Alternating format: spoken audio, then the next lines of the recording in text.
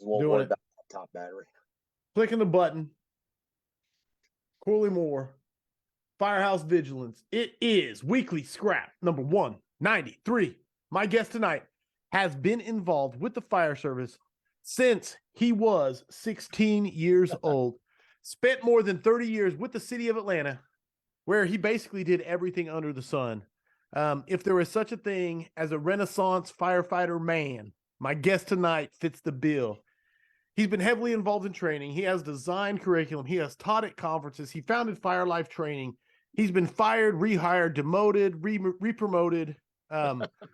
He has awards for distinction, bravery. His friends describe him as quiet and keeps his opinions to himself.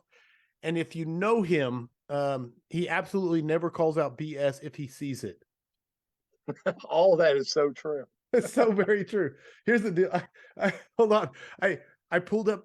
This is the funny part, real quick. I pulled up your old scrap to get your info and bio ready, and I was reading the old info and bio, which is still 100% accurate. 193.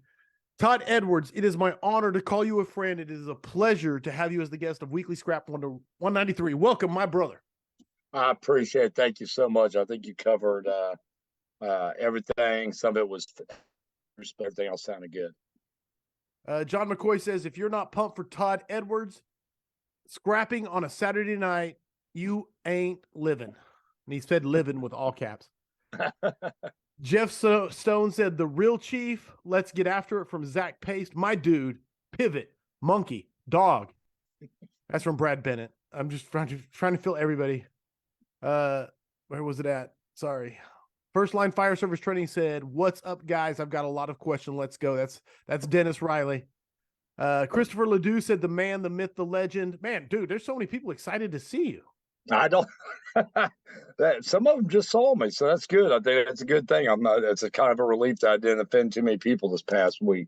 I'm letting them log in here. BJ Breacher says, love me some Todd Edwards. 3 Bugle firefighter checking in from James Michelisco. Man, I just learned how to pronounce your name right, too, from one of your buddies, James, and I don't know if I remembered how to do it. Todd Edwards, legend of advancing hose, Carolina Beach. My thing keeps scrolling. I'm trying to read. Chris Red said, let's get it tonight. Great to see you all this week. Dude, it was good to meet you there, Chris. I enjoyed getting to talk to you. Sean Egan said, hey, brothers, looking forward to the show. We got everybody. This is awesome. Ryan Neal said, got a 6-pack of Coors. It says Colors Light. I'm gonna assume he meant Coors Light, not like a Colors Rainbow Light. Well. Oh, he says the mountains are blue. The mountains are blue. There you go. All right, just dialing in. Tennessee checking in from Todd Torben. Okay, that's enough. Everybody, absolutely, lots of hype coming in. Let's get everything else out of the way. Vigilantes. If you're not a vigilante, you are missing out. Plain and simple. We got to get together on at the first night out there at COBC on the beach at the dock and had a blast. I tried to chop my head off with a ceiling fan, but it was a good time. So if you're not a vigilante, go to firehousevigilance.com and let's absolutely become a part of it. Housekeeping. Let's get it out of the way. Kyle's here to grab all your questions. Everybody, I can't say thanks enough to Kyle and everything he does for the scrap. And no one gets to see it. He's just sitting there grabbing your questions so that I'm not stumbling over words. Affordable Drill Towers, home of the Affordable Drill Tower and the Affordable Standpipe Prop. Firefighter, owned and operated. You can pump and roll using the Affordable Standpipe Prop. The Affordable Standpipe Prop fits through most classroom doorways for standpipe theory. Then you roll into the parking lot and pump. It comes with 6 standpipe valves that can be upgraded to PRVs or customized to the kind of thing you have in your jurisdiction. Man, call Steve, 844-55-TOWER, or drop an email to info@affordabledrilltowers.com. And I love Key Hose. It's what we use at my department. Key Hose. They are the original OG sponsors of the scrap. Check them out, The Hose Experts. Check them out on Facebook. Check them out, The Hose Experts, Key Hose. And of course, I love Flame Decon. I love Next Rung, so I give them support as often as I can. With all that being said, all the housekeeping out of the way, it's time to get after it. Hold on, I got to read more to you, Todd. There's so much more coming in. Kevin Tarapchak said, one of the best in our profession. I love it. Dennis Raleigh said, oh, that's a question. I'll get to the questions. Todd gets the Good Nugget notebook. That may mean something to you. The Good Nugget notebook. Well, That's from John McCoy. John McCoy said that, so I don't know if it means something to you. Not off the top of my head, but that doesn't mean anything. Fair enough. Your memory's right there with mine. I know. Buddy Clickstein said Theodore Dawes Fire Rescue. First shift, checking in, watching. Howard Reinwald wants you to know he would kiss you. I would kiss him. Frank Lieb said, hello. I love Howard, one of my favorite people. Everybody loves Howard. Frank Lieb said, hello, brothers. Let's get to 2 million views, which that's what scrolled by and I started laughing. So I love it. All right. Here we go. Let's get to the questions. Let's get to the scrap. Am I missing anything? No. Passion for training. Let's start right there. I'm just going to throw a soft toss to you, something that's right in your wheelhouse so you can crush it. Passion. How do you instill passion for training, passion for getting better? I think one of the things that we're kind of lacking in some parts of the country, in all reality, it isn't the desire, but it's kind of developing the next instructor. Sometimes I just read this really short article that David Rhodes put out. As I'm reading it, I'm thinking, man, we need to do such a better job in developing the next wave of the Corley Moores, and we need to develop the next, Steve Robertsons, Ray McCormack's, and share both our experiences as instructors and they bring their experiences to the table too. And I think that's sometimes where we're missing the ball a little bit when we talk about that passion around the Firehouse, man. That's, and I say this in leadership development all the time. I don't believe there's anything really as what people refer to as a shitty firefighter. As a battalion chief, I would just walk up to the captain's office, and typically it's the captain, and then after that, you probably go to the battalion chief's office in some cases. But wow, we have to be so on point, and if the company officer can't bring that passion and that desire and that want and that love to train his people up, he's got to. I mean, I just don't see how. And you've been to thousands of classes like myself, and sometimes that instructor, you can tell, is kind of going through the motions versus how many miles did you do the other day, Corley? With tank or no, in your classroom, brother. that was at 23,000 steps, which I was trying to figure out how many thousand steps equal how many point whatever miles, but no, it ended up being quite a bit that day. But I know not everybody has those personalities, but that passion for it is such a big deal. And then if the instructor's bringing that enthusiasm and the excitement and the passion for the training, it really can instill guys. And you hear guys say it after every conference, man, I need that recharge. I need that recharge. Man, I don't want guys to have to come to a conference for a recharge. I want those guys to go to damn firehouses in their own districts, in their own cities, and have that passion and have that I felt recharged every day going to work. I think that's one of the things when we instill, and when the company officer and the instructor brings that, man, it's so powerful for those guys moving forward. And that's how those guys are going to be the next instructors for our industry. And that's got to happen sooner or later. Not everybody's going to be able to do this that long. Dude, I love it. And are you talking about David Rhodes' Lighten Up Francis? Is that the article? Because I just read Lighten Up. Yes, I love the article, man. When he talked about my class, something about anyway, but yeah, the Lighten Up Francis article. If you haven't read it, everybody go out there. Fire Engineering, David Rhodes just wrote it. Lighten Up Francis, great article, and it is all about the ownership and the fire service doesn't belong to any of us. Yeah. Yeah, and I think that's pretty much what the article was kind of talking about. I guess he had gotten an email or he'd read something where one instructor was bashing another instructor about that's my subject matter. Well, it's really not. Yeah, hose does not belong to any of us. Search does not belong to one specific instructor. Right. And I thought one of the key points in that, there are certain things and certain ways I teach, and me and Kyle Rungus are perfect examples. One, Kyle is a big, strong bear, and I'm not. So the way we push stairs isn't wrong the way I do it, but I just do it differently. Right. So it really kind of helps feed off of those skill sets. And, Kyle Romigus does not own pushing stairs or pushing hallways. That's something he's learned, and that's something other people have learned. And then we modified to fit different body types and mechanics. I'm a big believer in the mechanics of things. Not everybody can do the full push. So that's what kind of way I kind of look at those things. And I love that's why I said when I read the article, and then as he capped it off for the people that never had seen the movie Stripes, Right. that was the best part. No, yes. No, he absolutely has. And I won't go too long into my love of David Rhodes, but he just has such a ability to talk like he's talking to you in his article. I love Yeah. it, man. I had an article basically done that I was going to submit to publish, and then I read his article. I'm like, man, I got to rewrite my article just because of how good it sounded. All right. There are so many questions coming in. Like Romagus is pasting them like crazy, but whenever I Saturday night, for those that don't know, was it Saturday? No, today is Saturday. Yeah. Thursday night, I had to move the scrap for Monday because of my own ineptitude at booking. And I had to go, I was walking through the Hilton at COBC, and Todd Edwards was standing there. I said, Todd, what are you doing Saturday night? He's like, I should be back home. I was like, you want to do a scrap? He said, yes. I said, perfect. So that's where this came from. And so long story short, I posted it as soon as I could. And Joe Driver wanted to have the first question for Yes. Todd. He texted Joe me the driver question. before the Facebook went live. He texted me and said, and I said, hey, yeah, absolutely. His question is, Todd, with your experience, how do you get into the conference arena and keep your even keel demeanor? So if he's talking about, if he's talking about the presentation part of it,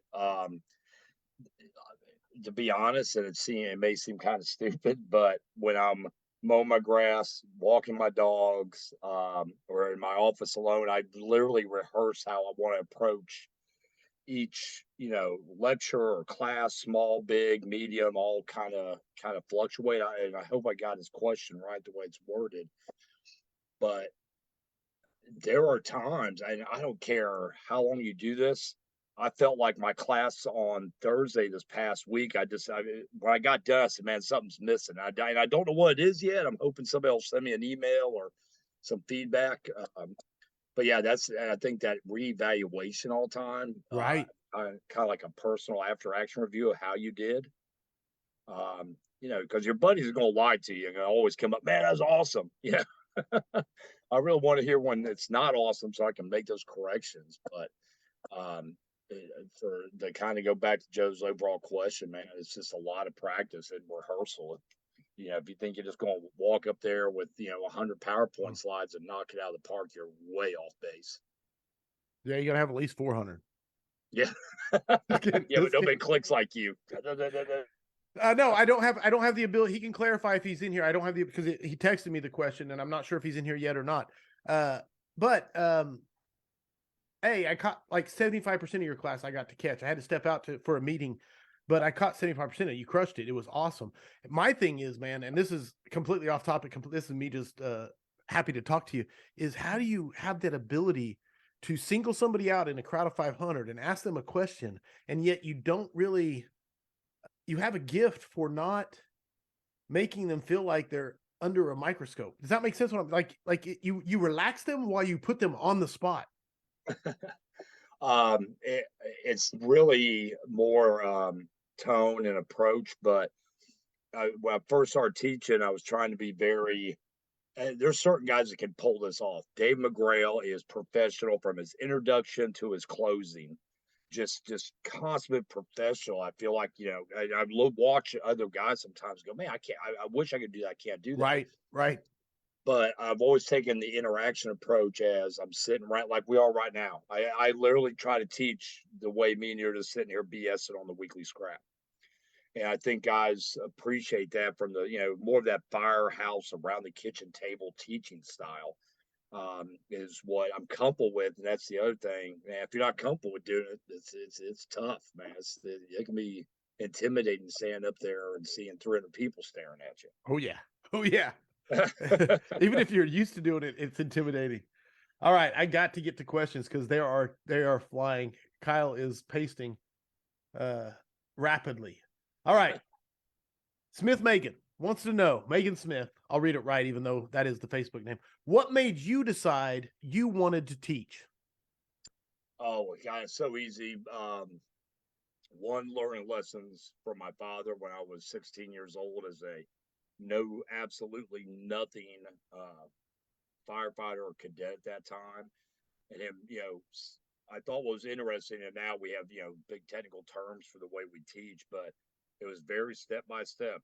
This is a fire hydrant, these is the caps, and this the thread, this is the operating nut. This is all how we identify supply colors, and it was very step by step, and that really made it easier for me to learn. And then my very first captain in Atlanta, this guy was a machine when it came to training.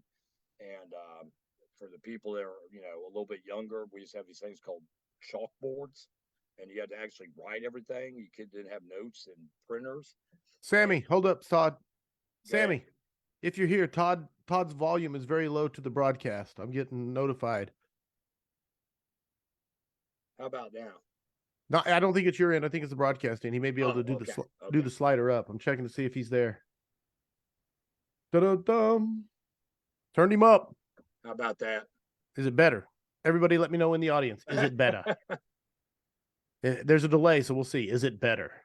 Just to break, we had to break Todd's flow. He was getting into a good kick. Let me know, Kyle, if it's better. Keep talking, Todd. All right. Yeah, I just damn, I lost my train of thought on the question. Give me that question again. It'll dial me back What in. got you? What made you decide you wanted to teach? And you were talking Oh, about okay, dad. You yeah, were talking thank about you. what you didn't know. Yeah. So my captain, he would literally write, 10, 20, 30 questions on a chalkboard every single day, or it'd be 3 questions and a hands-on drill, or it'd be drawing out our whole district, and then we had to come in and fill in the streets of where they were at. And so I was just really watching so many other people. And then pretty young in my career, I started just helping at the academy. And when I say helping, I was just throwing pallets on fire. That was my teaching level, throwing pallets on fires. And that watching and learning and seeing the impact these guys had, it was really kind of cool, and it's kind of a way to always give back. And as the further you move up in the food chain, whether it's driver, lieutenant, captain, chief, whatever, you've got to have that ability, and hopefully you have that love and that passion to help train. Because, like I said, not just on the instructor side, but as young as the fire service is right now, we better be trained in and communicate with these guys all the time. Right on. Right on. Sam, are you seeing Discord at all?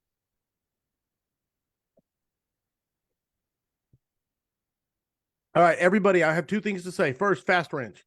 Love Dave Prescott. Love Fast Wrench. I was supposed to have a shirt to wear tonight on the scrap that was all about Fast Wrench because Dave Prescott loves Todd Edwards, and Todd Edwards does in fact love the. But instead, I'm rocking Todd Edwards. Robert Ramirez, the Mayday Mindset, Varsity AF. It did not arrive. It did not arrive before we went live. So that's what I wanted to say. That second thing, I'm really working hard on this, guys. Everybody out there in Facebook land and who listens to this, if you hear something, I try to timestamp good. I have my pen, I got my notepad. If you hear something that's a really good rant from Todd, please let me know. Message it to me and say, holy crap, scrap 193 at 8-minute mark when Todd talked about training and why he got into it. I love that rant. The only way I can find him right now is to go back and listen to him in real time, and it takes an enormous amount of time. So I'm asking everybody listening and everybody out there in Facebook land and scrapping, when you hear a good rant, let me know, because I'm going to start shrinking those down into sound bites and releasing them to get more people and to spread the message of the scrap. So anyway, those two things I wanted to say. All right.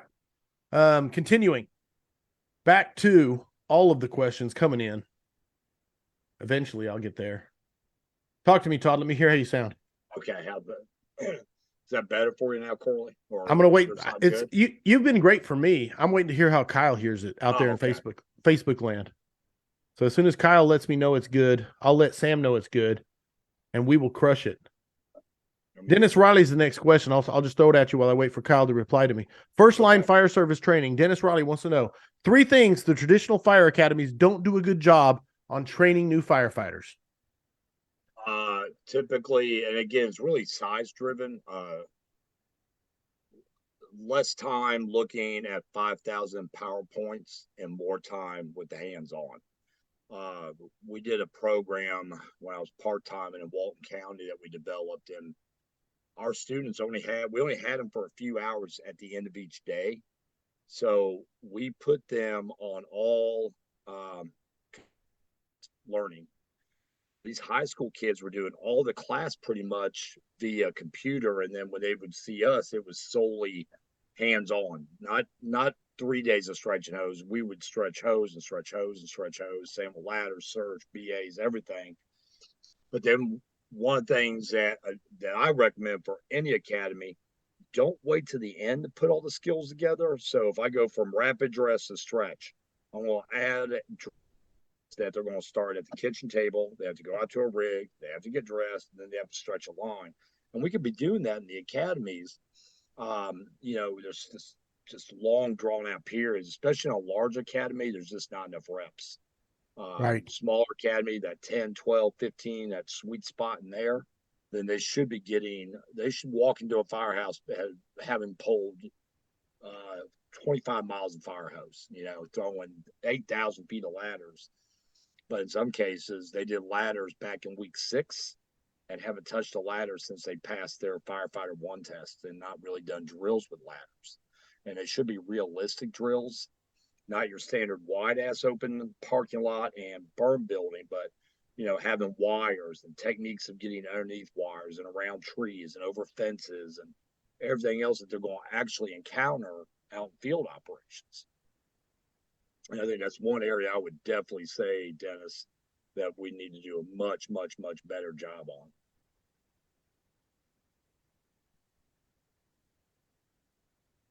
Did you get a volume update, Corley? They turned Corley off.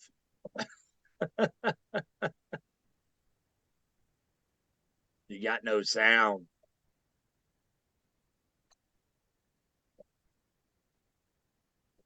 Let me see this. Never mind.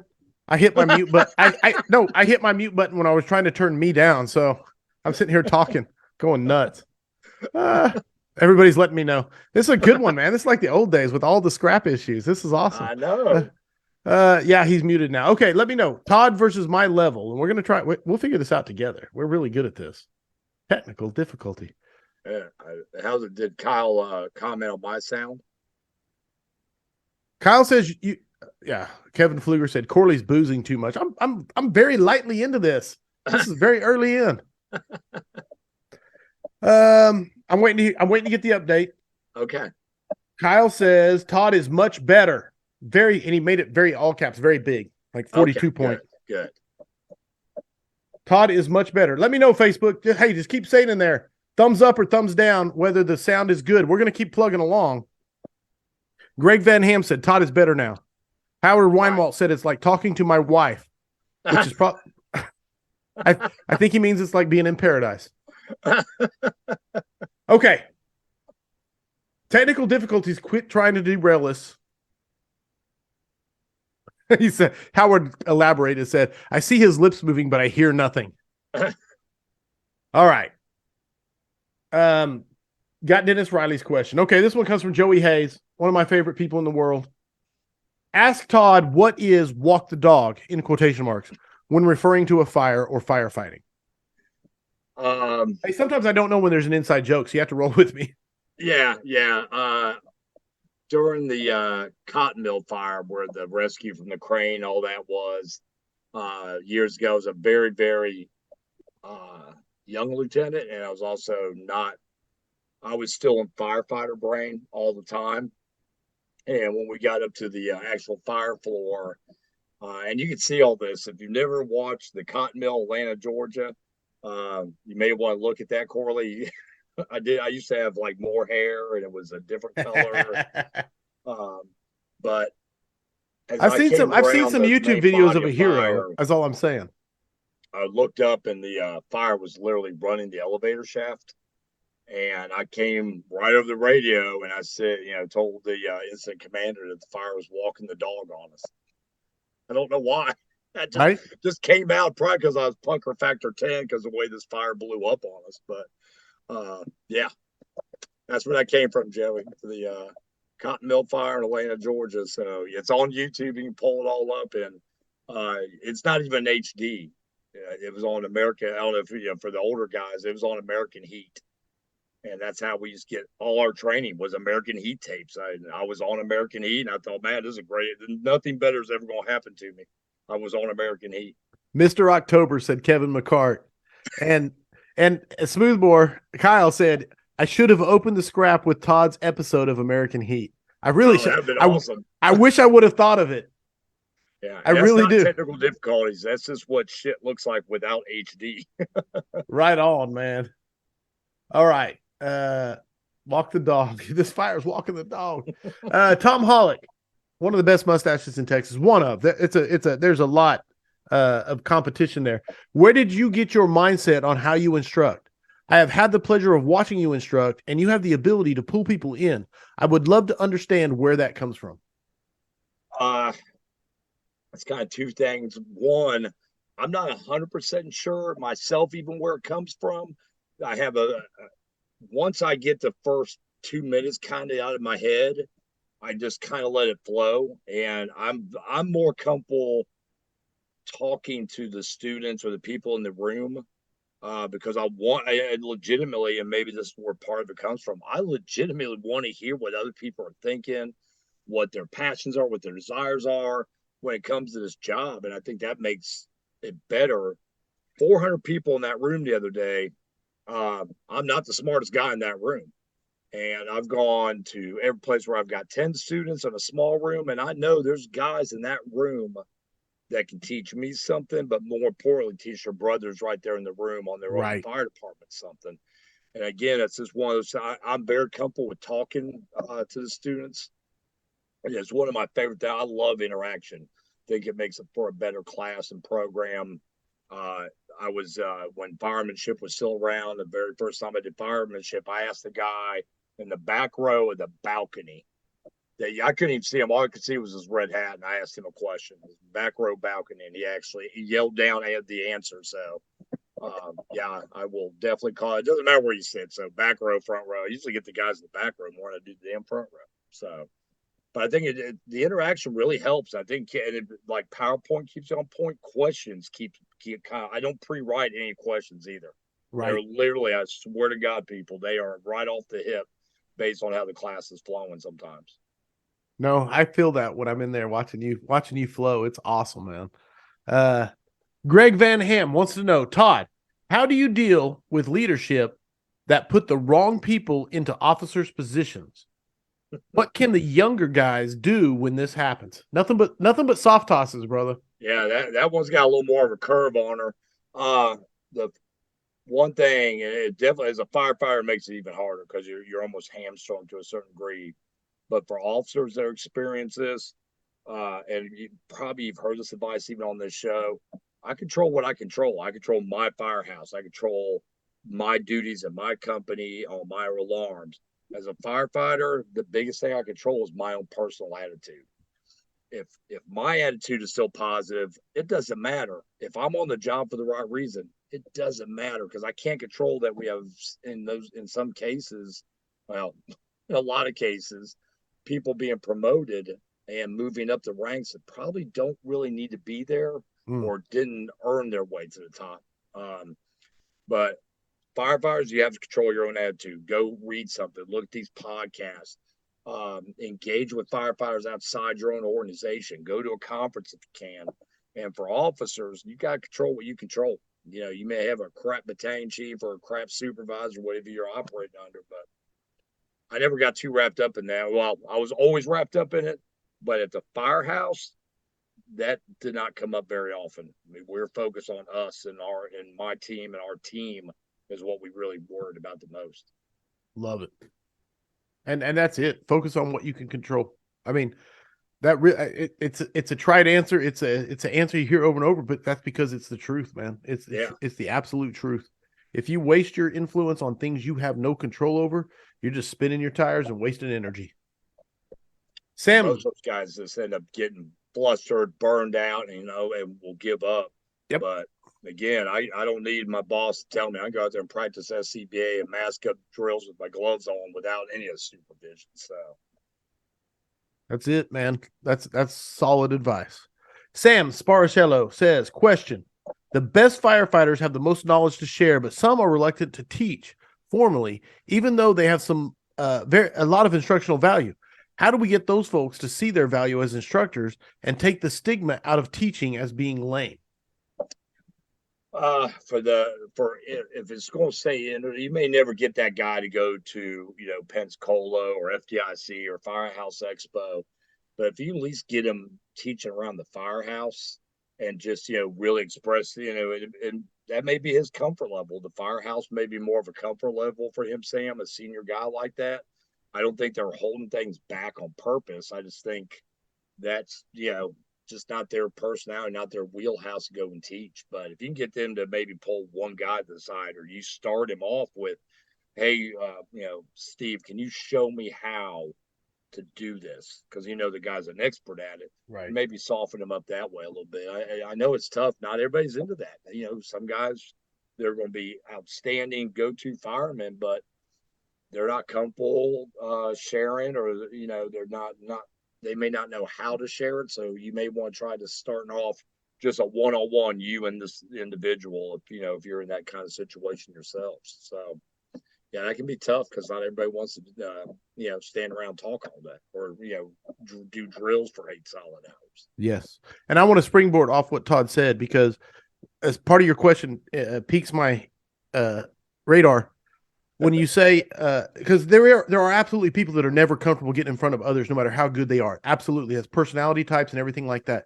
But if the part where you ended and said, how do we get away from teaching being lame? That if teaching and making other people better is lame in your organization, you're existing in a toxic culture, and that's a cultural issue when it's lame to make firefighters better at this job, to make them more competent and more confident. And so that's something that just has to be addressed and say that's not acceptable. Now, there's a difference between I'm not comfortable getting in front of people and I'd rather not, and hey, you're lame if you do this. And that's toxicity, plain and simple. Corley's 100% right. And sometimes you go back to that famous saying, just ignore the mutts, because people that believe that, they're mutts of our job. They may be okay guys or good guys, firemen, but they're still mutts because it's kind of self-centered on their part for them not to share. I love this next question coming at you. It's from Dave Prescott, or I assume it's from Faster Range. So I'm assuming Dave Prescott, but great question. If there was ever a Clint Eastwood in bunker gear, it is Todd Edwards. Okay. And that picture, man, that salty ass picture I got to use for this is awesome, but not the point. The tie into the spaghetti Western is this: what is the good, the bad, and the ugly of putting on large training modules? I'm right. I'm taking notes now, bro. So, that's actually a really good class name too, by the way. Yeah, I've said. Wow, let's steal that. Thank you, Dave. So the good part of the larger conferences is the number of firefighters you're actually getting to touch, meet, talk to, learn from. I spent a bunch of time this past week with very young, just kind of coming on the job firefighters, and it was fascinating to hear their takes and their opinions about the conferences. Almost every single one said they kind of learned about it by watching the scrap. Some of them didn't know there was these other conferences even going on until they started watching the scrap on a regular basis. The bad is the number of people again. It's it is very hard, and because my number one concern, we have a very simple business model. I kind of use this as it's not even a model, it's such wrong terminology, but I kind of use this perspective, both the lecture and hands-on. It's about student first. So when I say students first, that's where when we have 130 guys doing hands-on, it can get really bad as far as making sure. Because I probably worry more about than the students do. And I want that 22-year-old kid to get 40 doors if I had time. I want to be able to stretch the hose, until the hose has holes in it. But we get those numbers up, Dave, that can be just really, really difficult. But that's just part of the bad of it. The ugly is the misconceptions, I think. So when I say misconceptions, one, anybody who's really running these micro conferences and you can go talk to almost all of them, and because you see one all the time. Right. Nobody's getting rich out here, and I don't want anybody out there to think that the guys, like myself or Corley or Mo or Clyde, all these guys out teaching. None of us are getting rich doing this. It's not what we do it for. And the ugly side of that is that people make assumptions because they see us at this event, and this event. Oh my God, these guys are killing it. They must be flying first class around the world. That's not the case. So I think that's probably the ugly part of that, Dave. But I don't really focus on the bad or the ugly. I just kind of really focus on the good of things. The good part of the doing these events is, the other ugly part is when my wife's helping me and we're like this for 3 months. But that's probably the ugliest part for me. All right, everybody, hold on. We're checking. All right. Sam's on top of it, everybody. But yeah, your volume went woo. It was what, through the roof? It did. Oh. Randomly. I think it's back down now. I will see. So we can't. We started low, then we went up here. Great answer. It spiked in the middle of the answer, and it was like I even turned down my little volume control. But I was like, okay. So anyway, no big deal. I don't think it's anything you did. I think it's just No, I haven't touched it. I have not touched my computer since you came on, just for that damn reason. Keep giving me thumbs up if it's good. Scrappers, just throw a thumbs up if it's okay. If it's not okay, I don't know what the opposite. I guess that's easy. Never mind. And we'll adjust. One thing I can say is, and I've never got to sit through it, but I've heard it so many times through the conferences that you're in charge of the hands-on. You always give the speech that, hey, this is about the students, period. If you have a question, what's going to make the students' experience better? Let that be your guiding light and go.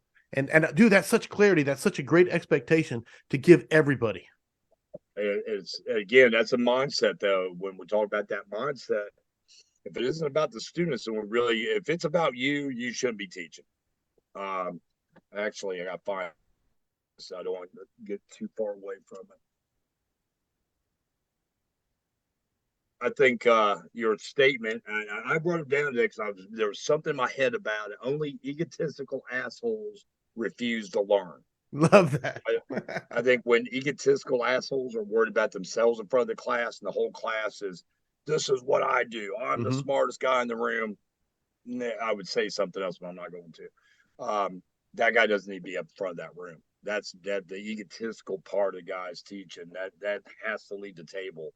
And that's why it's always about the students first. If they need 1 rep or 40 reps, we're going to stay out there all night if we have to. But I want to make sure the guys, whether they paid, it's free, whatever it is, that they get it, that they go back with everything they wanted. Right on, brother. Right on. We haven't even dented the questions, so I hope you got energy drink or something. Good, the bad, the ugly. Love it. Timothy James Ramsey Dixon says, I heard the line, knowledge without experience is just a theory. Last week, loved it. Made me want to ask, is there a minimum amount of on-the-job experience you should have before you instruct at an academy? What's your thoughts on how much experience you need, or what do you need if you're someone who wants to instruct at an academy, what do you think you need? Yeah, let me give credit where credit's due. That's the first line in the question. That's a big Steve Robertson. He uses that in a lot of his classes and stuff, and I agree with him. But I always flip that around. We got to start sometime, and I don't think, as far as the academy level with recruits, if you've been on the job, I started kind of messing around down there, helping out in a very behind the scenes fashion for at least a year, and then graduated slowly in my second year to help teach, hose or teach fire attack. Not classroom. That was years later before I ever got into a classroom, but that was more I just wanted to be outside the burn building. But I don't think that you can say there's a dead drop minimum. I would say it should be after a year on, gradually building those skill sets, watching other instructors, getting a little bit of street cred and a little bit of street time. And again, that's going to vary department to department, where some place like FDNY, you're getting street cred pretty quick. Other departments, 2-3 years for you got any kind of street knowledge. Let me ask you this. It's kind of a give and take, depending on where you're at as well. No. I want to ask you this because I noticed this, and not to get specific with but I watched a kid He just got skills like he can connect with people and communicate well. And when he speaks, people want to listen to him. And it's not because he comes from Jobtown and it's not his experience, it's his skill set Yeah. that he brings from life. And he's a young kid and everything. But whatever it is, he has it. Mm-hmm. Does that make sense? And then I watch someone else who has like more time, more experience and other things, but he doesn't connect with the audience. Whether it's me walking across the parking lot or forcing a door or lecturing, and I don't understand. I really want to understand the difference there, and I don't. But and how much does that play into it? Your natural gifts and abilities. I think it plays. I think it plays a ton into it, and it's. I still believe that I don't. Kid may be able to connect with everybody in the room, but certain subject matters got to have the more credibility, the more you've actually done it before you teach Absolutely. it. Sometimes, Sure. but base skill sets for rookies, and let them get out there. Let that first year guy go out to the training academy for a half hour or half a shift or whatever, and get that experience. And that's just going to build him up because he's also going to be learning how to instruct down the road too. No, I love So it. Yeah. I don't think I can give you an exact. I think it's driven on a lot of different things. I'm not throwing the 1 year guy in front of my 10-year guys teaching a class, so that's probably not going to happen. Right on. Noah, love the great question, by the way. Mm-hmm. Great question. John McCoy coming at you. What is your most memorable conference that you instructed at? Whatever reason, completely Todd Edwards' choice. Easiest answer ever: firemanship. Hmm. Firemanship in Portland, Oregon, and that iconic historic theater with the floating dance floor, the balcony, the bar with closed circuit TVs. Me and Rob were talking about the green room last night, right? Yeah, Yeah. yeah, an actual green room. And Rob Fisher, that's who he's referring to. I'd never taught on the West Coast. Nobody on that side of the country had any damn clue who I was. And so Jody Fisher met me at the door. That's Rob's wife, and she led me, gave me a tour, and showed me everything. I was immediately so overwhelmed. I wasn't teaching that day, but the more I'm walking around, I'm standing in the back listening, going, "Oh my God, I got to be on that stage." Was probably the first time I was intimidated was that, and probably one of the best times ever stepping out onto that stage in front of, I don't know what the account was. There's no seats left in this monster 6, 7, 800 person theater, and the green room and the bar had close. So it was amazing. It was one of the most. It's the one conference I will never, ever, ever forget. That's easy. Like you said, easy answer. I love when someone says easy answer. Bill Bubba Tischer Jr. wants to know. Don't say it, Bill. Don't bring it up, Bill. This is his question. How would you explain the benefits of attending trainings out of state versus just local? And Bill, I would like to know what he's referencing, but go ahead. So out of state is really cool because you meet so many guys, and it's always, I love talking to somebody who works for Georgetown, Kentucky as well, and then you meet another guy that works for Seattle, Washington, all in the same damn day, and hearing their stories and their experiences and their leadership issues, their pay issues and pensions and all that. So I think that's a huge benefit. For guys. Somebody was asking me at the conference, should we be sending our young guys these? I'm like, hell yes, you need to be sending your young guys. That kind of sets them up for success and down the path for some of these things. The advantage of local, one, it's easy. It's usually in and out. You're not on the road for 2 or 3 days learning and getting hotels. And I think there's a lot of I think it's good to be in that local. I know I work a lot with this local group in Alabama, and what it really does is kind of bond that whole group together within the state or the region, and that's what they've done. Chief Shannon Stone does the same thing down there in the Fort Walton and Midway area with all the departments coming together as a big training group. So yeah, there's good and bad to both, man. But I'm a huge fan of encouraging guys to get out to these events, whether it's a smaller 100-person or a Firehouse Expo event. Those are great things, great learning opportunities outside the classrooms too. They just don't always get at the regional conference because you see these guys all the time. Right, right. Love it. Chris Dye, Todd, what do you think a good amount of training hours required by your personnel? Yearly, quarterly, etc. So typical what happens, every fire department is going to fall under the state mandated. So state of Georgia is pretty low. State of Georgia, I was coming up was 24 hours to maintain certification, which is an absolute joke. But then you start getting ISO hours and those numbers go up, obviously. So no department's ever going to say you can have less. They're always going to want you to document more. Here's the problem with documenting hours. For rule one, officers, if you haven't done it, don't document. Don't pencil whip your goddamn training. It's absolutely just drives me nuts when guys are doing that. Because how much BES training you got this month? Oh, we got 342 hours. Okay, so we know what's going on, how you're documenting it. I'm more in line with the quality versus the quantity, but we drilled every day in one way or another, and I can document that obviously for my hours. But it wasn't to me. Some days we train for 30 minutes, other days we do a couple hours. So I don't know. I would never say there's a minimum. I think when you have younger guys or rookies on your crew or in your firehouse, yeah, your training hours really need to go up. When guys are studying for tests, training hours typically go up. But that consistency factor is just huge to me. And what equals 100 or 40 hours, as long as it's consistent quality training, I think you're on point with whatever your department goes with. Love it. Love it. I will add this.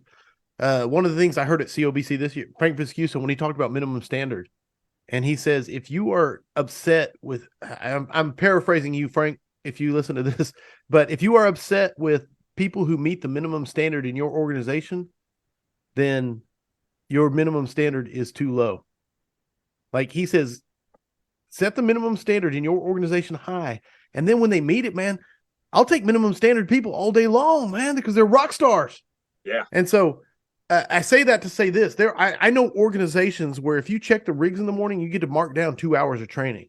If you go to PE and walk for 20 minutes, you get to mark down an hour of training.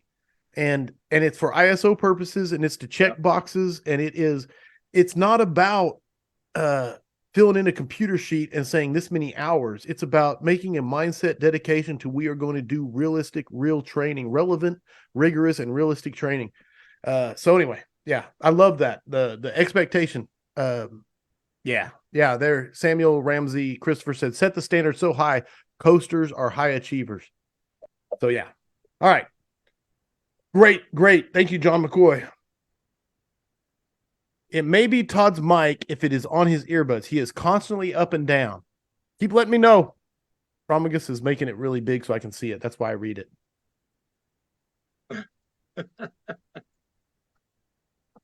Don't pencil whip your damn training. Todd Edwards. Put that on a damn shirt. That's John McCoy saying. It's like open the damn nozzle. Let me know. Keep sending me thumbs up if we can keep going or if we need to adjust. Thumbs down if we need to adjust. Thumbs up if we can keep going, because that's the only way I can tell.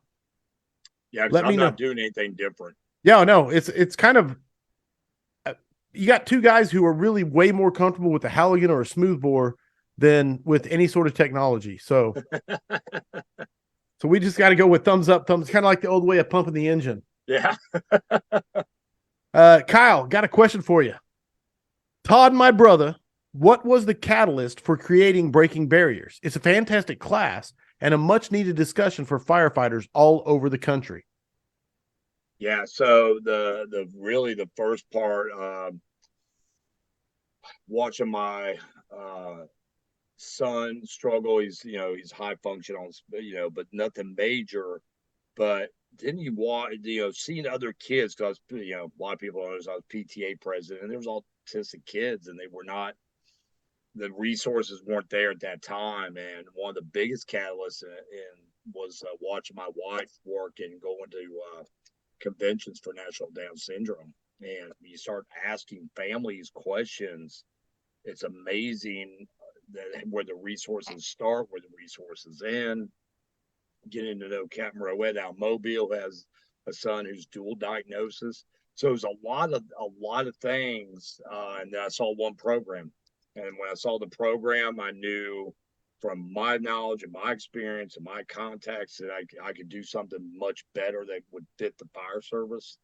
There's a lot of, what the misconception really is that it's EMS driven. It's really not. It's people driven, Mm, not EMS driven. So it's really based on the community of autism and Down syndrome, and not anything other than that. But how we interact is totally under some ungodly, difficult situations. So that catalyst really came from some interactions on my own job that didn't go well, and some stories and training and connections.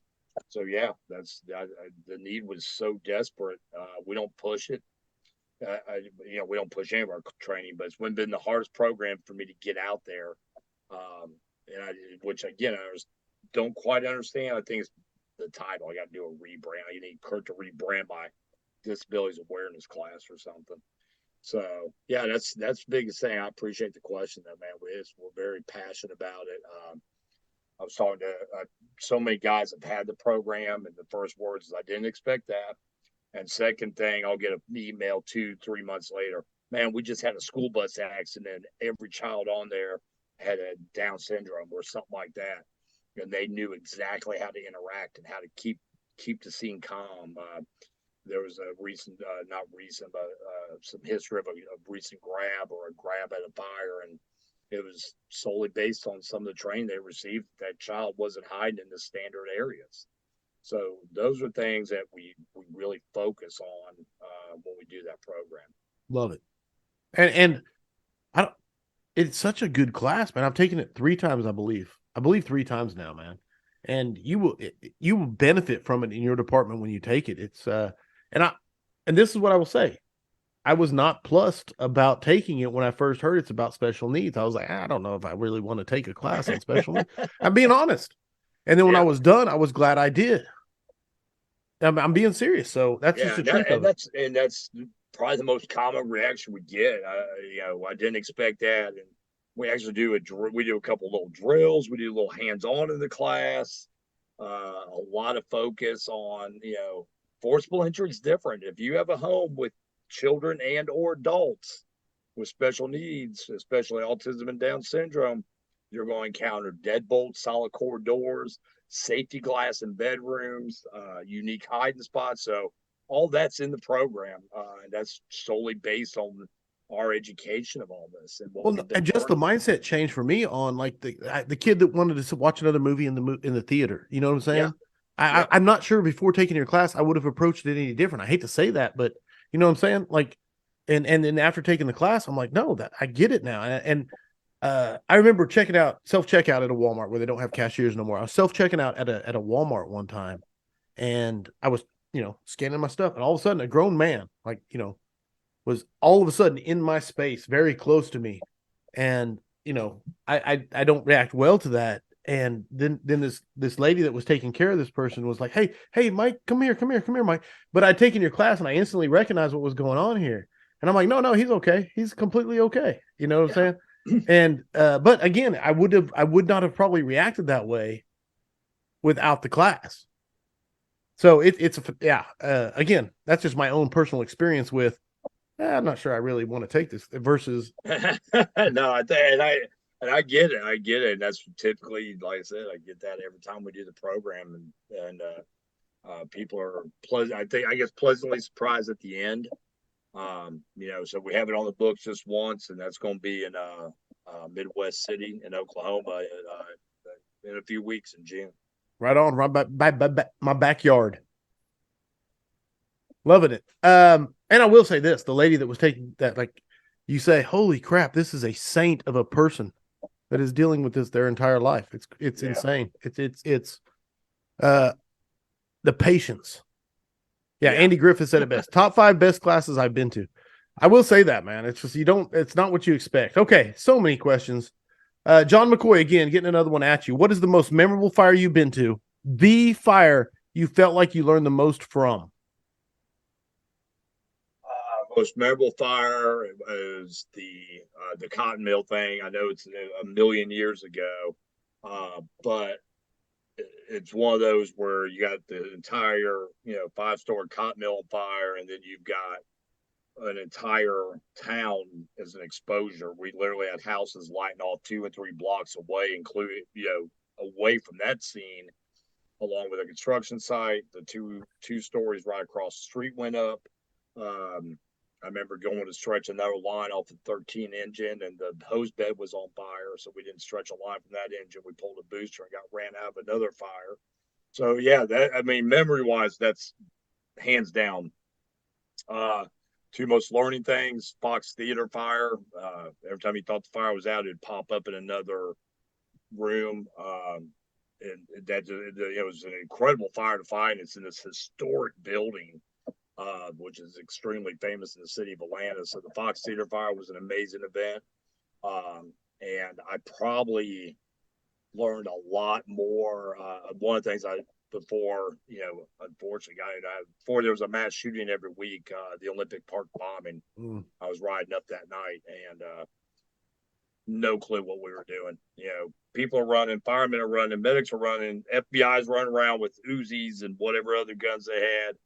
And just the total chaos gave me a respect for what I really didn't know as a boss, and really kind of pushed me into doing even more command and learning, how do we control these kind of scenes and mass casualty and large fire events, and because you don't realize how chaotic a scene can be until you're in the midst of it. I literally can't hardly even remember getting off the engine. There was so much hitting us in the face on arrival that, yeah, I hardly remember any of that part of it. I just remember afterwards going, wow, I really don't know what I'm doing. There you go. Good. I mean, like there's like 4 historic things that I've heard about. Only the best guess on the scrap, man. That's what I love about it. This ties into it, so I'll throw it at you from Dennis Riley. Hey, Todd, what was the worst fire you ever went to? And knowing now what you know, what would you do different? The worst fire for me personally, and when I say the reason I'm bringing this up is because that second part of the question was decisions I made. They got 2 firefighters injured, one trapped for 15 minutes in a burning house, and it was solely based on my lack of situation awareness. And as the battalion chief, I wear that and I own that. That fire comes back to my head, frequently when I'm talking or teaching classes, and kind of again, it was one of those driving afterwards, to reevaluate the way I was approaching some of my commands, some of my fires. And was that the house? Is that the one you played the traffic on at the beginning of the class? Yeah. Okay. Yeah. Right. Yeah, Water Avenue. Yeah. David Rhodes, with fire engineering, was my safety officer at that fire, and had the Charlie side, and he's the first one to notify command that we got a firefighter down and a firefighter trapped due to a collapse. And so, yeah, and the value I learned from it and the value I knew the training actually worked was this just hammered home to everybody on that scene, because our training literally worked, and it saved that firefighter's life that night. I have no doubt in my mind. If we hadn't drilled and trained on May Day and rapid intervention and all these things, that man's probably not with us today. Well, and I want to say this, man. It's like when I listen to that, because I've heard it, I think probably 3 or 4 times that I've seen you teach the class, but I heard it just the other day, so it's fresh in my mind. I'm like, holy shit, how do you stay that fucking calm, brother? Like, no, I mean this as a huge compliment. I'm sitting here thinking that in my head. Like, I want to sound that ice cold, and you're sitting here beating yourself up saying you made mistakes on it. That was like, this is Mayday. Everybody get off the Mayday channel. We need to get a RIT team around there right now. It was ice cold. That I kind of talk about that in that mindset class. That was because I'd already run that Mayday 300 times in my head, and probably thousands of times in my training. I'd managed 1 other or 2 other little Maydays that were quick extrications and fires over my career, but that one I knew was worse. As soon as David came over the radio, I knew it was a truly legit we may lose somebody incident. So the big, and I drilled and I trained, and it wasn't just me. I mean, I listened to radio traffic all the time, and I'm like, God, you just calm down, you guys. So just as mental reps about how to manage that Mayday. And we preach a lot of it, even in search classes. Find the victim, and everybody loses their goddamn mind. Somebody's got to be in charge, but that constant practice on the mental side of the game is huge, absolutely huge in my mind. Mental reps. Over and over, and we'll force a door 300 times, but we won't practice the size up until we get to the scene, and we're shitting ourselves. Beautiful, and that's man. so critical that we're practicing those skill sets on the brain side of our job a little bit heavier than we sometimes do. Coming at you from Howard Reinwald. What is the first thing you would do? Because this ties into the previous. First thing you would do during a Mayday as the incident commander. First, number one rule is tell everybody we have the Mayday, and I probably didn't have to say to keep everybody off the radio. We had done enough training prior that guys knew the procedure of how we wanted it done. But getting the radio traffic cleared. 2 is making sure I have somebody overseeing the rescue. In that scenario, in the one we're referring to right now, Chief Rhodes was kind of the boss of the rescue, and that freed me up to focus just on him. Span of control has got, if it hasn't been addressed, it's got to be addressed right now. You cannot talk to Engine 10, Engine 6, the Mayday, the rescue. You have got to have unbelievable span of control during that whole incident. And if you've, I can always play it at some other time, but I only talked to 2 people really the whole incident. For 15 minutes, I talked to Chief Rhodes and the Alpha Side boss, Chief Wessels, and those are the only 2 people I spoke to for that entire incident. Now, did anybody switch channels? I'm really curious about this. Channel switch or no? Never crossed my mind. Okay. It never crossed my mind, even though our procedures say that. I think realistically, every bad fire, bad situation that I, was involved in, if it was going to be one of those extensive, long, drawn out type of things, which, that could happen, it adds confusion to the fire ground, because all I need is for one click or one miscommunication, and my attack team accidentally goes from TAC 3 to TAC 4, and now or TAC 5, and I can't get a hold of them. In those initial few minutes, I would say I wouldn't change. I wouldn't change a damn thing about the way I managed that Mayday, just for that reason. I didn't see any reason to clear radio traffic. The guys knew what was going on. If we had to adjust, I would have adjusted. But in that moment in time, I need to be here, able to hear, and if I had to, communicate with everybody. But everybody was so on point that it didn't become an issue. Love it. Great answer. Looking through questions. I'm looking here. Let's go recent. Fire in Charlotte. Did you get to see any of that? Just went down. Building under construction. I'll be looking forward to when you reschedule Jonah. I texted with him a little bit about the fire. They did unbelievable work. They actually tried to make some interior moves. I'll let him talk about what he's told me. Okay. Amazing to me that they didn't have more on fire. Their work and their effort. I would love. I was gonna say, could there be more on fire there? Holy shit! Oh, it looked like all downtown was on fire at one time. There's an unbelievable picture I saw today of the building. It was at its peak, and it's, I don't know how far the high rise, but the high rise had a glass front. And so when I scroll the picture over this fire, you can just see glowing on the side of that building. Yeah. I was like, it seemed like it was close enough. It could have been radiant heat all the way to that damn high rise. So kudos to Charlotte, man. That's a hell of a job they did. It's unfortunate that they did have the deaths they did. But when you look at the information now, it's amazing they didn't have 25 or 30 people die the other day. Right.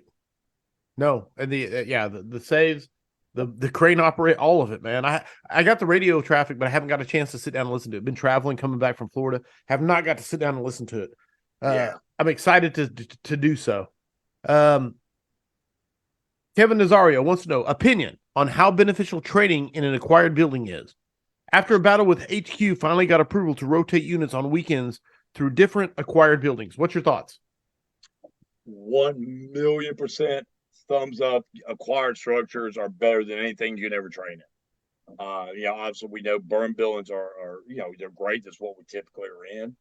But the level of experience you get actually crawling or working or whatever you're doing in that acquired structure, it has a different feel to it, I think, because you're not in the same building you've spent the last 20 or 10 years going to. The actual feel of the wooden floors, or opening walls, breaching walls through actual studs that are attached to the building, not just a prop. Window removals, everything just has such a better feel. So I am a monster fan of acquired structures. If I get a call and somebody wants me to come in, they tell me acquired structure, I'm probably looking at my calendar and trying to figure out a way to be there. I love it. Absolutely. I'm actually going to be in Lakeport, California, week after next, and we have like 8 old condo type buildings that we're going to be drilling in at a resort. So the only thing I'm mad about it, I don't have enough days there because the endless possibilities that complex we could be doing. Love it, dude. That 100%, man. BJ Breacher said it best. Personally, you cannot put a price on an acquired structure. Douglas Ott wants to know, as a new company officer, how do I keep myself from spending too much time worrying about the slug and focusing on the other two go-getters? And he said in parentheses, I probably answered my own question. I think yes. I think he answered his own question. First thing I would do with the slug, though, is I'd have that just a little one-on-one, not an ass chewing or anything like that. But just find out why he doesn't want to do shit around the station, and by simply asking him point blank to his face, why do you want to lay around the firehouse and not do anything? Or the other part of that is also find things that maybe he's good at and have him help teach a little bit. That can always help. I know it's very common BS answer 9 times out of 10, but go back to the way you answered, dude. I can't. You're not going to change everybody on our job. Right. Some guy that's been a slug for 20 years, it's probably going to be a slug for the remainder of his career. But your 2 young guys can't hear you bitch, moan, complain about the slug. Get his ass out of the chair when he can. But my energies are always on the go-getters, because those are the guys going, if it goes to hell in a handbasket the next shift, those are guys getting you out anyway, not the slug. He's probably out in the driveway complaining about something. No. Oh, it's beautiful. One thing I always want to tack on is clarity. Clarity is such an important thing. You have to be very clear on what success looks like, because it's easy to lead go-getters, man. It's easy to motivate go-getters. Obviously, if everybody here had a chance to pick a crew of go-getters, they would pick them over the slugs. The challenge comes from the slugs, and you got to look in the mirror and be clear. What success with them look like? What does that look like? And define it so that you can feel good when you reach it. Because success with the go-getters is different than success with the slugs. But you can define it and motivate yourself by being very clear. And when you hit those benchmarks, not an excuse to let them slide, but absolutely. No, not at all. Not at all. All right, so many more. From James Michelisco, Todd, the fire service is constantly evolving. The young guys are on board. How do you get through the egos and get the older, salter firefighters on board?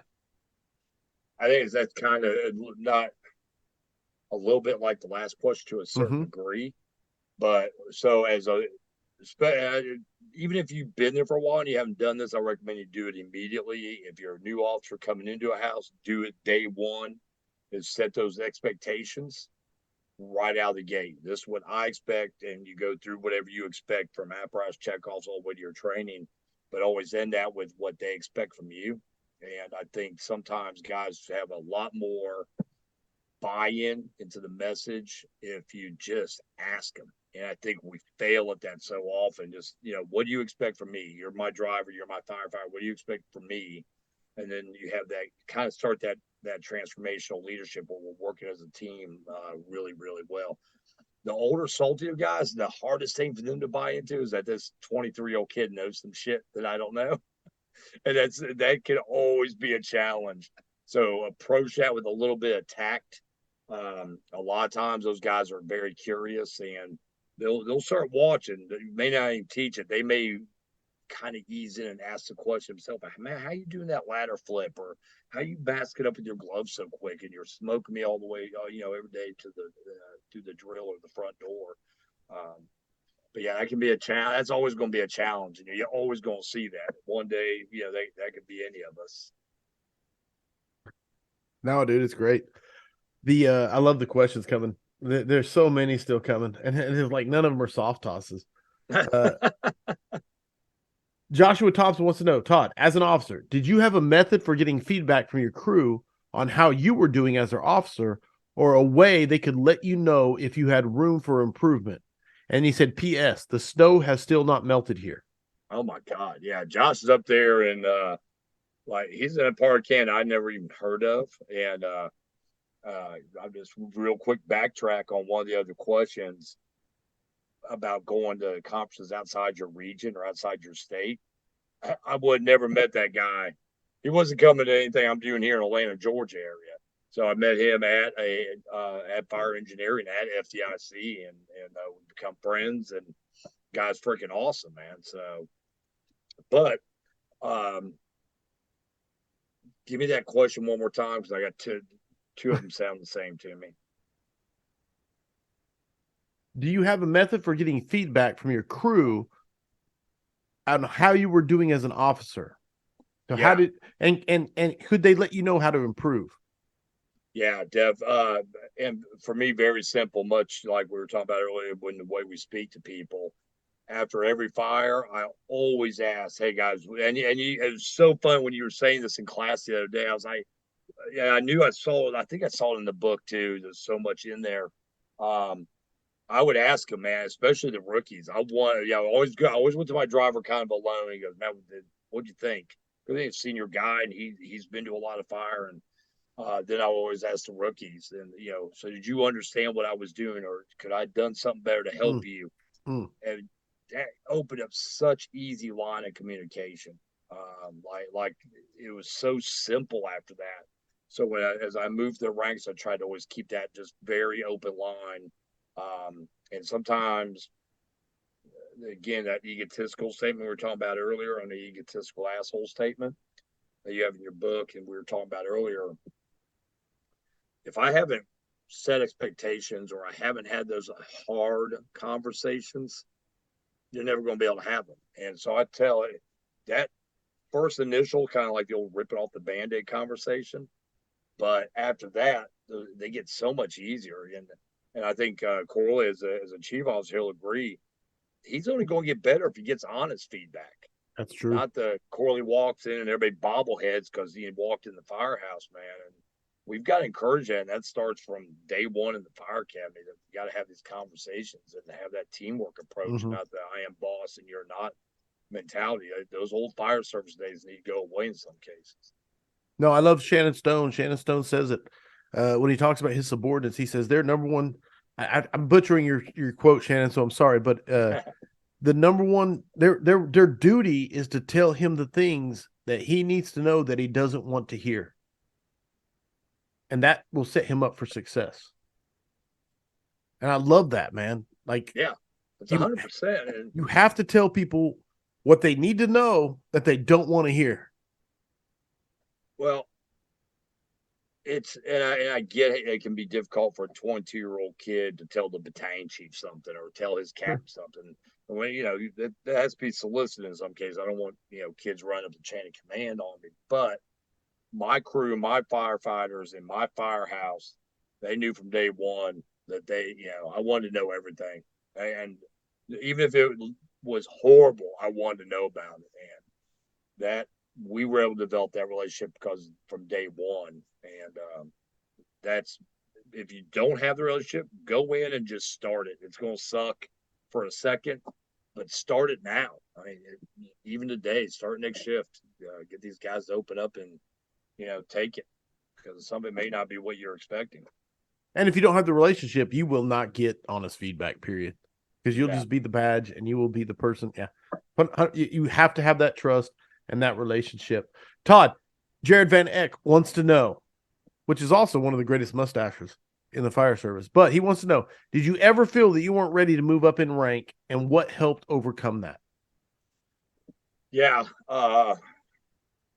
When well, two times. First time I tested for BC, I took it, and thank God I didn't pass because I wasn't ready. Already I scored a 37, so I really showed that I wasn't ready to be moving up the chain. But when I made assistant chief, I wasn't. I should never. I should never taken the position. They should never even offered me the position. I was. There's unqualified and there's below unqualified. I was below that standard. So I was promoted for the wrong reasons. I had a little bit of respect and a little bit of like from the guys. I felt like I kind of plugged some holes, but I had no clue what I was doing. I'd never done 42 stacks of Google document payroll, admin, order a fridge. I didn't know you had to fill out 4,000 documents to get a refrigerator for a firehouse. I got in trouble for putting fence around a firehouse without getting the 5,000 bids. So I wasn't qualified. Right. And I take that, that's where I got demoted from that position, probably because I was still in firefighter mode. Going to fire is why I got demoted. But they were probably like, oh, thank God, we have a reason to demote him now.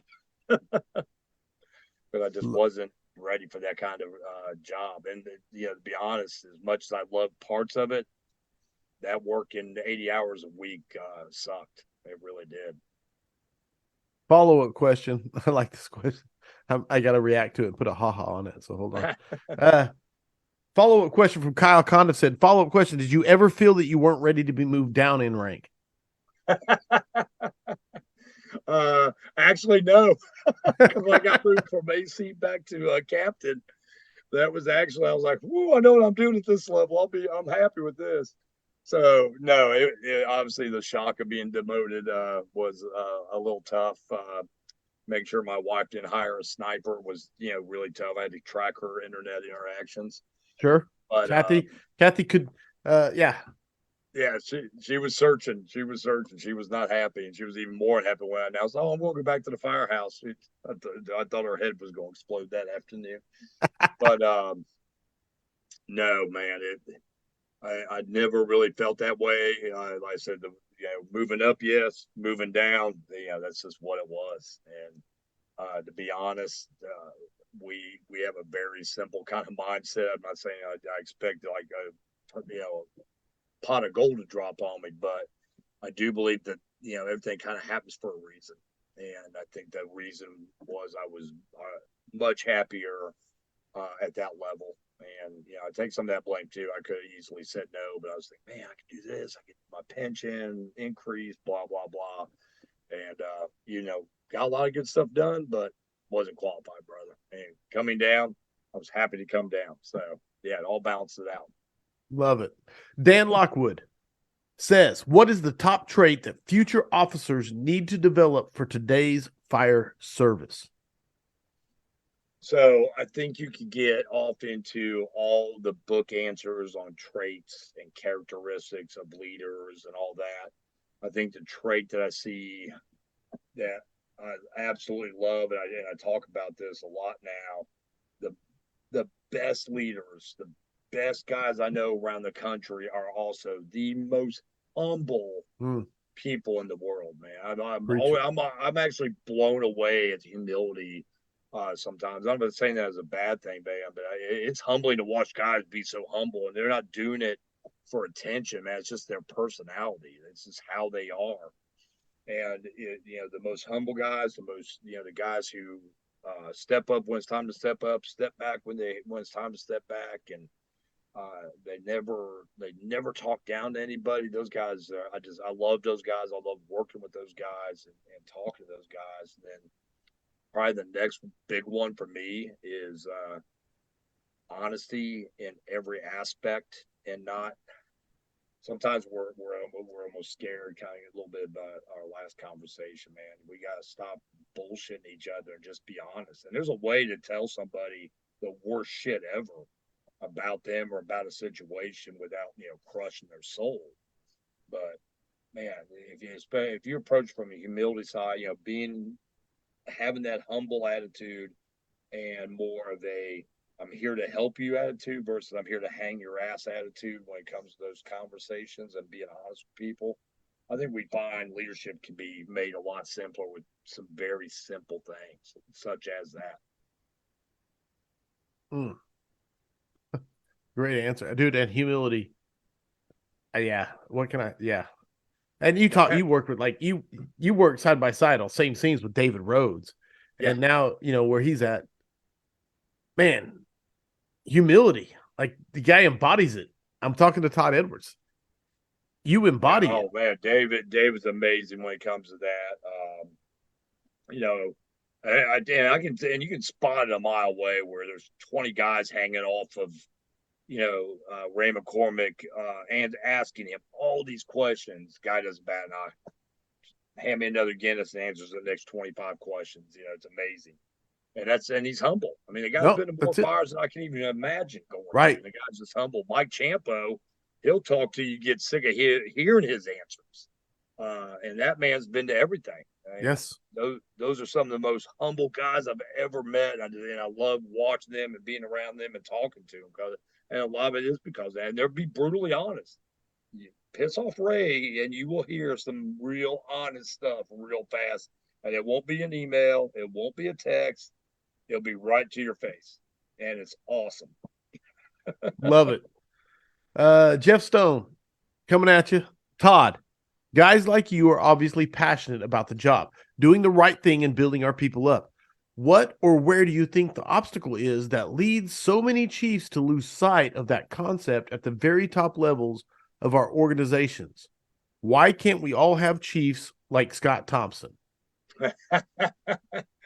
I think we have some out there. I mean, Scott is, the epitome. I pointed out to a couple young guys, Chief Eddie Robinson, Yes. which, obviously I'm a little biased because he's local and I've known the man forever. But he's at the conference teaching. He's in every single class, and he spent every evening out with his firefighters and his chief, and he had other guys there, and they sat outside on the balcony. We got to sit around them the other night, and so there's some other chiefs like that out there. No, and But I I'll tell think you that this, and I want to interrupt you. I don't want to interrupt you, but he also walking around in a Fool's t-shirt that he's a member of. yeah, You know what I'm saying? And Scott Thompson also yeah, walks around in a Fool's t-shirt that he's a member of because he's a firefighter. He's a firefighter that's a chief. yeah. Both of the people we're talking about there that were mentioned in this, and there's others out there. But sorry. Okay, go ahead. Sorry. The other part I was going to say, I think they lose that, and I know because I've witnessed and watched it. They lose touch. Man, they literally forget where they came from. They lose touch of what's going on in field operations or what the guys are going through. It's real easy to sit at a desk, and I use this example, and you're seeing that Engine 1 and Engine 6 in downtown Atlanta are getting killed. I mean, just killed 24, 25, 26, 32 runs a shift. That's on a spreadsheet. And a spreadsheet does not tell you the emotional wear and tear, the tear up on their bodies. Atlanta's still 24-48. So they have the long term effects of beating these guys up like this and not looking at different schedules or rotations or something is negligent. And the fire chief is looking at a spreadsheet. Maybe the fire chief should go out and do a 24-hour tour on Engine 1 on a Saturday in the summertime, or an Engine 9 on a Saturday in the summertime. Not come in for an hour and eat dinner. Arrive at 7. Spend the whole day. Do a little housework, and always remember what's going on. Every fire department can be obviously with a guy with some education, but at the end of the day, on holidays, weekends, middle of the night, it's the firefighters and the street guys, the battalion chiefs and the company officers are running that damn fire department. Love it. when they lose touch, it hurts the entire organization. So that's my, I know it's not always feasible, but it's prevalent out there. The working chiefs, the chiefs that stay in touch with the guys in field ops, they're always going to be good officers. They're going to be outstanding chief officers for damn sure. So that's my recommendation. Chiefs, get your ass out of your offices every now and then. Holy crap. Do it, man. Right there. That's one of the cure-alls. And I want you to know over 300 comments. So when you get a chance, Todd, because I know you can't see them live, but when you get a chance, go back, watch the video, scroll through. There's so many comments and questions and stuff, and you'll enjoy it because I haven't got to honestly. How many questions did we even get to on the planned list? One? Oh yeah. Yeah, we got to one on the planned topics because the audience, amazing, man. Great questions. I don't know if Todd's like frustrated because he didn't get to talk about the stuff we were going to talk about. Oh, no, not at all. I think it all kind of weaves together. And you said something right before we went live that we're just going to kind of let this run organically. And sometimes that's always a good way. Even though the subject matter we listed, I think we're actually hitting. We're hitting a lot of it. Just on the side without true direction. So I'm good with it, bud. No, again, I've thought it's been great value for the fire service for anybody who takes the time to listen to it. But 300 comments, man, that doesn't happen often live. So it's a cool milestone. I have never kept stats on how many times it's happened or anything, but I wanted to say it. It's a cool thing. It's a very cool thing. Everything's growing and blowing. But I do like to ask, and I've asked you before, but how is there book or books that you think firefighters should be reading? Doesn't have to be a firefighter book, just books or in general. I love books. You know me. Yeah, and I tell you one, and I know I've seen it. Actually, I know I've read it. And I know what book I read it from, and the fact that you're I wish I was more dedicated. I've really fallen off this year, besides yours. And I went back and I started reading Developing the Firefighter Resiliency and Rick George. Rick George, yeah. I'm a fanboy when it comes to Rick George. Right on, me too. His message, his ability to communicate, I've just seen him speak always blows me away. So yeah, that's one of my favorite. And when it comes to and I don't think you're ever too early in your career to start looking at other things, and not everything has to be fire. So I'm a huge fan of the economy of leadership with Jocko. It's I know that's not everybody's favorite. Right. I went back and recently kind of went through it again, and then I may have to get I should have bought a Norman book. I went back through the other day. I got pages falling out of that thing. I've gone through it so many times and so highlighted. I was like, I need to find out when he's going to be around and get a new copy and get it signed by him and everything. Right on. Those are really the big ones, man. I wish I had a more extensive list for you. I'm very sporadic. If I was going to tell any firefighter, though, if you want to read, it's still one of my favorite books of all time, is Report from Engine Company 82. Yes. You probably have had that. You probably have had 80 guests that said that. That might be the number one, but I don't care because it's one of my top 5 for firefighters. Period. I don't care. Yeah, 100%. Cannot be said enough. I remember reading it as a kid, and again as a firefighter, and it's just I don't know why. There's something about it. I don't know, style of writing or anything. Dennis Smith is just without a doubt. Yeah, it's sad that he's gone now, but I think the other book that I have not got into yet, and I'm going to, and so all my engine buddies don't freak out. I am going to read all of Champo's book, so I can gain better understanding what these truck guys are thinking. So truck ladder tips, tricks, and tactics, or whatever. I'm going to try to get it for my long flights, and I enjoy doing that on flights sometimes instead of just vegging on movies. Kind of reviewing books or something new every now and then. Turnpack's another one I love. Dude, one of the easier. I like books that break things down simply, and I love the way he wrote his. Where there's each build has its subject matter and just follows the same order in every chapter. I thought, man, that's ingenious as far as textbook goes. It's kind of like yours. I love at the end, you have the summary. You don't see that every time. I love the little summary because what I found myself doing is going, what did he say about him being able to go back? So I love the summary thing was I don't know if you came up with that or your I publisher. steal everything. Nothing I do is original, period, Yeah. ever. Well, every so far they need more books like that. I love a summary page. Same with Turn Pack, following the same Solid. order with everything. Champo, what little I've seen, a lot of storytelling with a purpose. I think is a good way to look at some of these too. Not just a war story, but it's a story Yo, with no, absolutely. That's one of my favorite things about Jocko is every one of his stories has a a purpose. purpose. Yes, drives home the point. Yeah. No, 100%. Love it. No, absolutely, man. Especially Dennis Smith. Period. Uh, each and every time. Yeah. Pulling it up. We have a thing. You've done it before. It was the 5 questions for firefighters. You crushed it. Of course, shortly after you were on, we switched it up and we went to the next 5 questions for firefighters. So you may be the first person that gets to do all 3, depending on when we do the next. Which Oh, we're looking awesome. we're looking for a better name for the next. So everybody at the audience, please keep that in mind. But right now we're on the next 5 questions. You've never had these before. Okay. The answers are your opinion. There is no right or wrong answer. The points are arbitrary. They're assigned by me with the help of the audience. So my question for you is, Todd Edwards, are you ready for the next 5 questions for firefighters? I am, sir. Let's do it. Number 1, what single characteristic makes the difference between a run-of-the-mill firefighter and the top tier go-to badass firefighter? Simple dedication.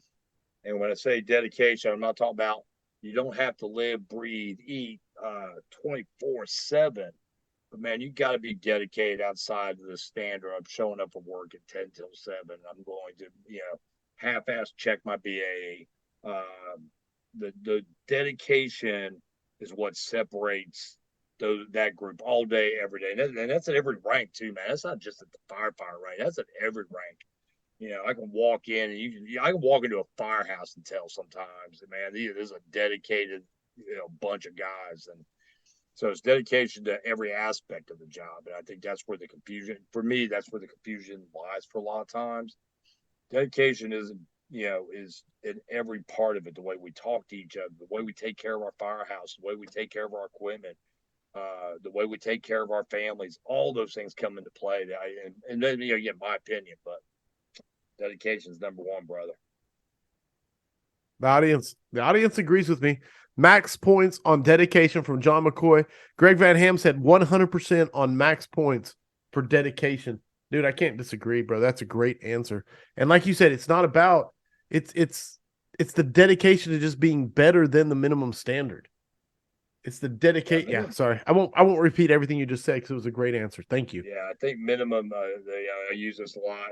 A lot of times, like especially at the state level or MPQ, minimum standards. I say this in some of my classes. You typically equal minimum results. Beautiful. That's where I love when we were talking about that earlier. That bar's got to be a lot higher than just minimum. It's got to go past that. Bo Smith said max points. Eric Thiel said max points. Easy max points, brother. No, you crushed it. Number 2, if you could go back in time and give yourself one piece of advice as a rookie, what would it be? I think it's actually 2. One would be get out and get a little bit better education. Well, not about just job, but actual some education. Whether when it comes to other aspects. It's one of those things that I always look back and I tell people all the time: if you have an opportunity to go to college and get some and all that, and go to more of the hell, I didn't start going to conferences for a long time because I didn't want to miss anything. I was so scared of missing a job. I dragged my ass into work every chance I had because I wanted to go to fires, and which I'm glad I did. I don't regret that at all. But that'd be definitely one. And to get off your ass, go to school early before you start having family, because that kind of you get wrapped up in that. And then the other one, in all reality, man, I thought I was good at this, but I know I'm not now. A little more shut up and listen. I know that gets another one of those common answers, but for me personally, as a young volunteer firefighter, and here I'm 19. I'm an officer on this volunteer fire company, not knowing shit. Because and then that instilled me with a false sense, I think. So a lot more shut up and listen early in my career probably would have helped me out, a couple years down the road from that. Audience is carrying this. I don't know if I can give max points for 2 answers when I ask for 1. That's why I say it. But a lot of people are saying max points. Like they said, absolutely. Matt Sleet said Dollar Tree steaks. So max points on education. It's Todd Edwards for the max points from James Michelisco. He said 100 on relatable. And then John McCoy said max points -1 because he didn't say open the damn nozzle. But I'm the guy who gives out the final points. And Frank Leap said STFU, max points. And he gave one of these emojis. And so absolutely max points on question number 2. Oh man, you're making me nervous. I'm telling you, Frank Lee pushed it. If Frank hadn't chimed in right there at the end and pushed it over the top, you might not. Thank you, Chief. You might not have got there. Number 3, what is your favorite training drill? My all-time favorite is anytime. And I know everybody's gonna be like, we can't do that all the time, but anytime we do live fire, dude, any live fire training drill, it just amps everything up. And I love to mix it all together. We get off the truck, we got to do rapid dress, we're putting on our stuff, we're getting in there, we're getting thrown curveballs. But it's so much fun to do it under live fire. I'm doing all the same skill sets, but live fire all day. I already know you're getting thumbs up like crazy because we all love going live fire. At station, anything that's going to combine skill sets. That crap of just dragging a mannequin on the bay floor is so stupid when you be combining those skill sets on a regular basis. You just reminded me of the slide that I said, know, that's almost like 2 answers again. No, things that are stupid. When you had the slide that said things that are stupid with the oh yeah with the nozzle, a whole bunch of stupid. Well, yeah. So, but yeah, like you said, hey, max points for knowing your audience. First of all, so absolutely. But live fire, that's no, brother. How can you not? Oh, if you had a 2-story Conex box behind every firehouse in this country, there'd be live fire trained every damn shift, probably. No, 100%, brother. Easiest max points I've ever given on a question because live fire. If you're taking notes, anybody that gets the next 5 questions for firefighters, if you say live fire on number 3, you'll get max points, man. And especially if you've been a person who might have been in a bathrobe in a bathtub under live fire conditions at some point. I don't know who that guy is. No one does. I'm not saying it happened. It just happened. Number 4, what mistake have you learned the most from in your fire service career? Cussing out a battalion chief, a captain, and several lieutenants. Not having my own emotions in check was a very, very, hard lesson and humbling lesson. And I didn't know I'd even taught myself to a degree, but I just blew up one day, and it was a personal thing. A friend of mine, my mentor's son, had gotten severely burned at a training event, and the nonchalantness of the training staff and the training chief especially, and somebody said something, I just blacked out. I probably just cussed for 10 minutes. I don't know what I said. I literally had blacked out. I was so pissed off. All I did was sit there and just curse for no reason. I had to break the meeting, then come back to a meeting that I'm supposed to be in charge of, and look really bad, and I'm sure I lost a lot of respect for some of those people too. And then have to start a meeting with I'm sorry doesn't give you a lot of credibility sometimes. So that was a tough lesson, man. You got to keep your emotions in check in the highest emotional situations. And I didn't. That was my example, man. I wish I could go back and redo that meeting, but oh well. Hey, the best you can do when you can't go back in time is just learn from it. And Joshua Everett said it best. Anything regarding keeping emotions in check equals max points. So again, you're 4 for 4. No pressure on number 5. Heavy fire. Searchable space. Would you rather be assigned to the nozzle or first in on VES? It's another very simple answer for me is it's going to be the nozzle. I just the not just the rush of it. Obviously, there's more to it, but there's nothing like putting your hands on a victim and pulling them out of a building. I 100% agree with that. But I'm not only helping save the civilian, but I'm saving and protecting my guys while they're making that VES. I know I'm probably getting drilled because I didn't say save lives, but man, I just the thrill of that just still the day, seeing that fire and you're the ones going to protect the house, protecting the people, and yeah, it's nozzle. I don't give a shit what all the truck guys say. It's nozzle all day, and y'all know it. There's so much scrolling by. So many you have to go back and look. The emojis scrolling by with water. There's people say, yeah, absolutely. If he says VES, I'll eat Corley's hat. That comes from Samuel. Jeff Stone said he's going to open the damn nozzle. Open the damn nozzle. Everything gets better. Bill Tisher Jr. said Brasilia says max points with lots of laughy emojis. I like this answer right in the middle of it, which is question number 6. How are you going to deal with Kenny Pickett and the Steelers finishing last in the AFC North this year? Go Browns. That's a bold prediction. That is, well, remember that list I had in my class of stupid things? Right. Oh, that's right there. There you go. That is now on the list of stupid things. The Browns are okay. Well, yeah, that's enough said. I'm sorry, Jim Brown just passed. That's the only thing positive, not positive. I hate that for the Browns. Other than that, yeah, they'll be lucky. They're last place. I guarantee they're last place. I'm trying to think of some sort of Browns related joke or meme, but we need men like Todd comes from Robert Ramirez. Damn right, nozzle from Todd Torbett. James Michelisco said max points. Todd Edwards from Tank Fired Up. Morris, by the way, says open the dang nozzle. There you go, brother. Where's my Cleveland friend at? Jeff Stone said Todd scores more points than the Steelers will this year. Oh, damn. Oh, dang, bro. They jumped on that Steelers thing quick, didn't they? The man broke out the terrible towel. I love it. I love it. Absolutely, brother. That officially makes it first of all, 5 for 5 max points. I kept track. 5 for 5 max points, as scored by the audience, not just my arbitrary easy scoring, but that officially makes it 193 scraps in the books.